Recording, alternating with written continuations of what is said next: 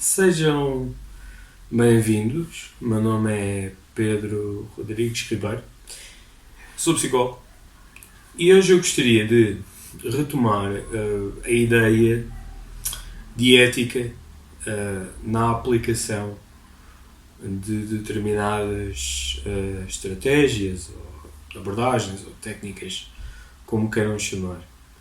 Mas desta vez eu gostaria de expandir esta reflexão para fora daquilo que pode ser a ideia ou o desígnio de utilização base destas estratégias, ou dessas abordagens, ou destas técnicas. Para começar, se calhar, é importante uma pessoa refletir sobre o conceito ou sobre a ideia de manipulação. Manipulação é um termo que, pela sua conotação, é um termo muito pesado. Cada vez que uma pessoa fala ou ouve falar sobre manipulação, pensa logo num contexto depreciativo e mau, e até mesmo maléfico, portanto, para promover o mal. A verdade é que manipular algo é nós controlarmos um conjunto de variáveis, sejam elas relacionadas connosco, com o exterior, com o ambiente e até mesmo variáveis de outras pessoas, tendo em vista um determinado propósito. Se nós pensarmos nesta pequena definição, poderemos chegar à conclusão que algumas profissões de saúde, mesmo muitas, têm aspectos manipulativos. Por exemplo, a psicologia e algumas das suas técnicas, como a psicoterapia, têm aspectos manipulativos. O psicólogo manipula determinadas variáveis, quer sejam as suas, do contexto, variáveis inerentes à relação terapêutica e até mesmo variáveis e características do sujeito com um determinado propósito. Esse propósito diz-nos a literatura e também as questões deontológicas do exercício da profissão da psicologia, que esses propósitos são acordados entre o psicoterapeuta, o psicólogo e o paciente, com vista a ajudar a pessoa com aquilo que a trouxe à sessão, com aquilo que a trouxe, que a fez a pedir ajuda. Nesse sentido, a manipulação de variáveis para atingir esses objetivos é em vista e tem em conta, tem em consideração o benefício do outro, o benefício do paciente. Nisto, a forma como o psicólogo ou como o psicoterapeuta atinge esses objetivos é devido a uma questão de escolha, façam uma avaliação técnica, é devido à sua formação. Não devemos fazer coisas às quais nós não estamos preparados ou devidamente formados. E, finalmente, aquilo que nós utilizamos tem em vista abordagens ou técnicas que estão devidamente validadas e que demonstram ser eficazes. Daí que no exercício da psicologia e da psicoterapia existe um conjunto de abordagens que nós utilizamos e existe um conjunto de outras estratégias que não são utilizadas no exercício da profissão. E essas abordagens não são utilizadas, essencialmente, é porque a investigação não consegue demonstrar a sua eficácia e também de facto delas fazerem algum sentido em termos do exercício da psicologia. Portanto, isto é manipular, isto é promover, digamos, o bem da pessoa. Estamos a ser manipulativos, sem dúvida. Estamos a influenciar, estamos a sugerir, sem sombra de dúvida. Quando é que moralmente a manipulação é má e é condenável? A manipulação é condenável em termos morais e às vezes em termos legais quando nós manipulamos uma determinada situação, manipulamos esse conjunto de variáveis, manipulamos uma pessoa com o objetivo de satisfazer as nossas necessidades e os nossos propósitos, não tendo em consideração o outro. Isso faz com que nesse percurso nós possamos infligir sofrimento, dor, magoar o outro. Mas como nós só estamos tão preocupados com a satisfação das nossas necessidades, isso não nos importa, desde que as nossas necessidades sejam satisfeitas.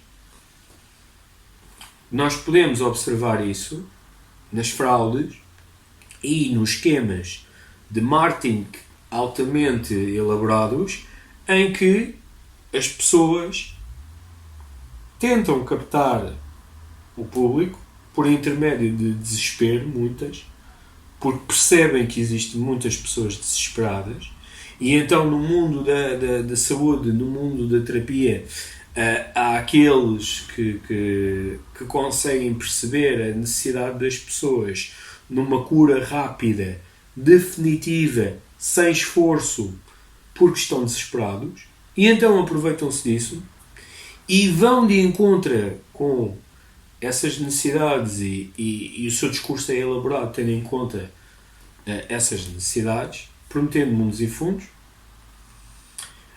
No início até começam a tirar migalhas sobre convites para algo gratuito.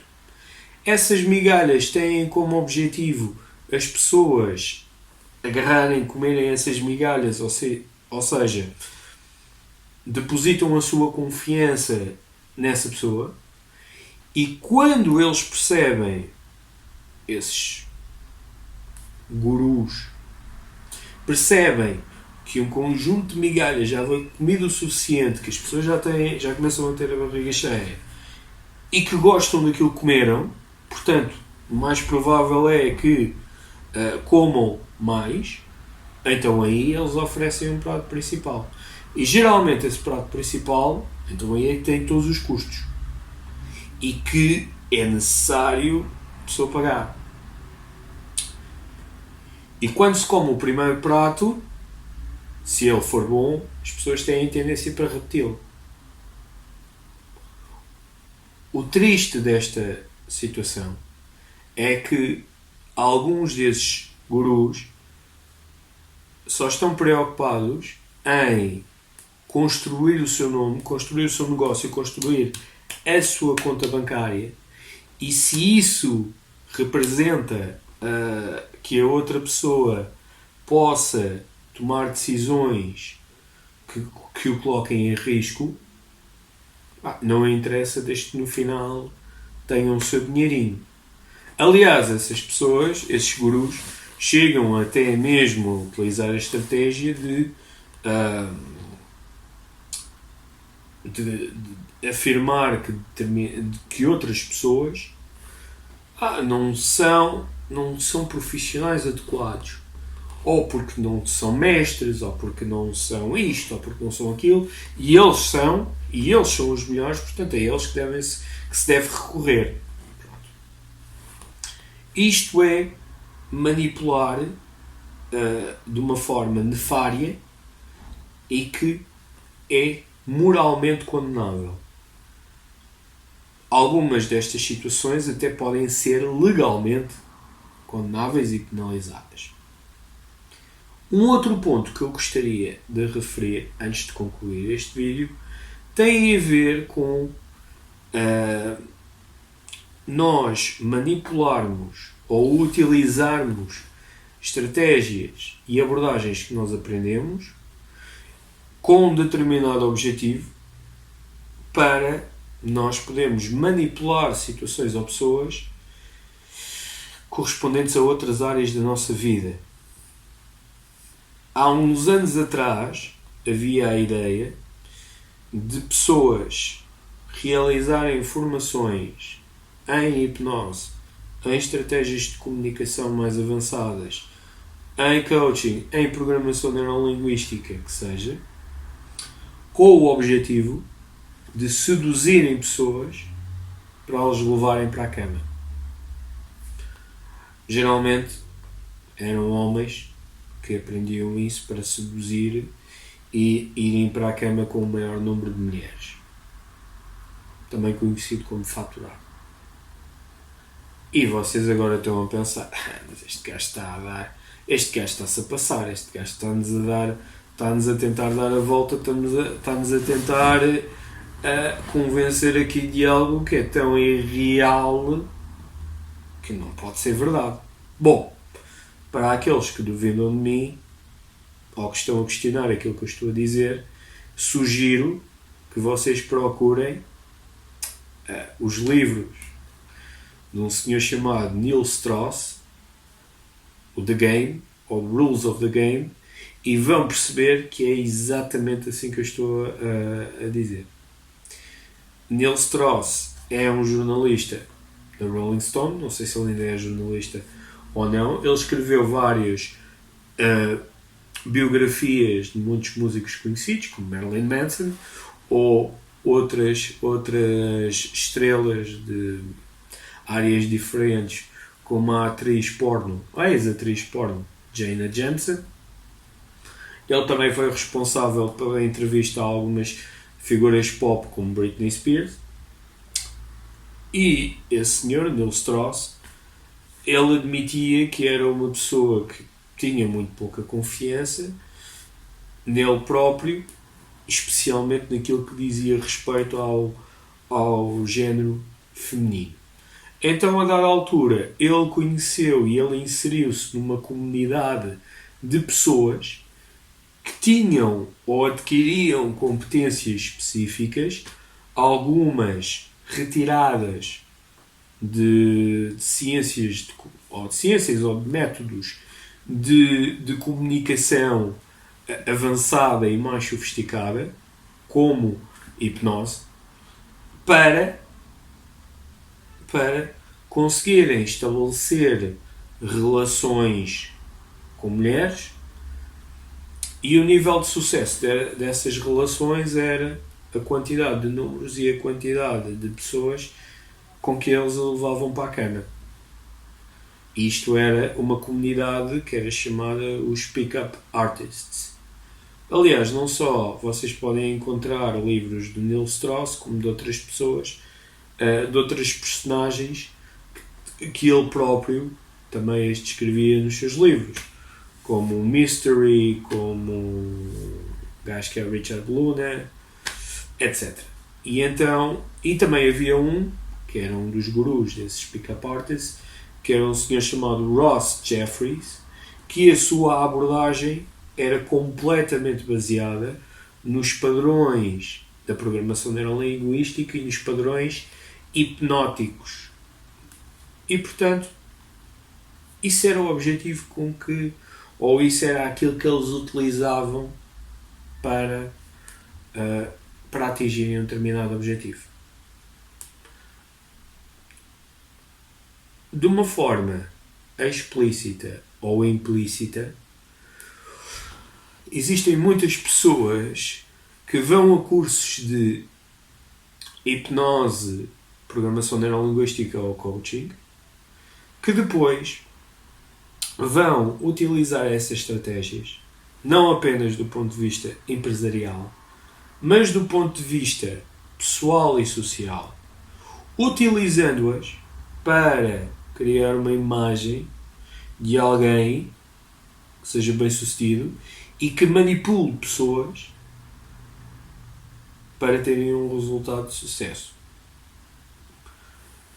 Isto é perigoso porque essas pessoas a dada altura criam uma imagem, criam uma máscara, ou estão tão absorvidos na percepção subjetiva de poder, no sentido em que, ao utilizarem estas estratégias, e elas podem resultar, e utilizá-las para manipular alguém e conseguir aquilo que estão à procura, eles sentem-se poderosos. Eles sentem-se que têm poder sobre a situação, poder sobre a pessoa. Isso dá-lhes um rush, uma adrenalina, uma vontade de continuarem a fazer aquilo. Isso é perigoso. Isso é perigoso. E moralmente é muito condenável. Se me perguntarem se isso acontece, muitas vezes. E não só acontece das pessoas que são leigas e que apenas procuram um bocadinho mais de diversão, ou então acrescentar um bocadinho mais de sucesso às suas conquistas, também acontece em termos dos profissionais de saúde. Infelizmente, existe muitos colegas que começam a perceber as possibilidades deste género de abordagens e começam a aplicá-las não só no contexto terapêutico, mas também como uma forma de tentar fazer evoluir o seu negócio e manipular, trazer o máximo de pessoas possíveis. Claro que vocês podem me dizer que hoje em dia há uma enorme competição e uma necessidade de fazer marketing e de mandarmos cá para fora. É um facto. Eu, pessoalmente, continuo a achar que não vale tudo. Eu acho que os profissionais devem se fazer valer pela sua qualidade, pelas suas competências, em vez de estratégias ou de estratagemas que têm como objetivo aliciar pessoas. Nesse sentido, estou completamente de acordo com aquilo que o Miguel Ricot, que para quem não sabe é um psicólogo, membro da direção da Ordem, daquilo que o Miguel Ricot disse num debate que teve com o David Neto, também é um membro da Ordem e responsável pela especialidade de Psicologia Clínica e de Saúde, ao qual ele diz que aquilo que deve diferenciar os psicólogos de outras profissões e de outras abordagens é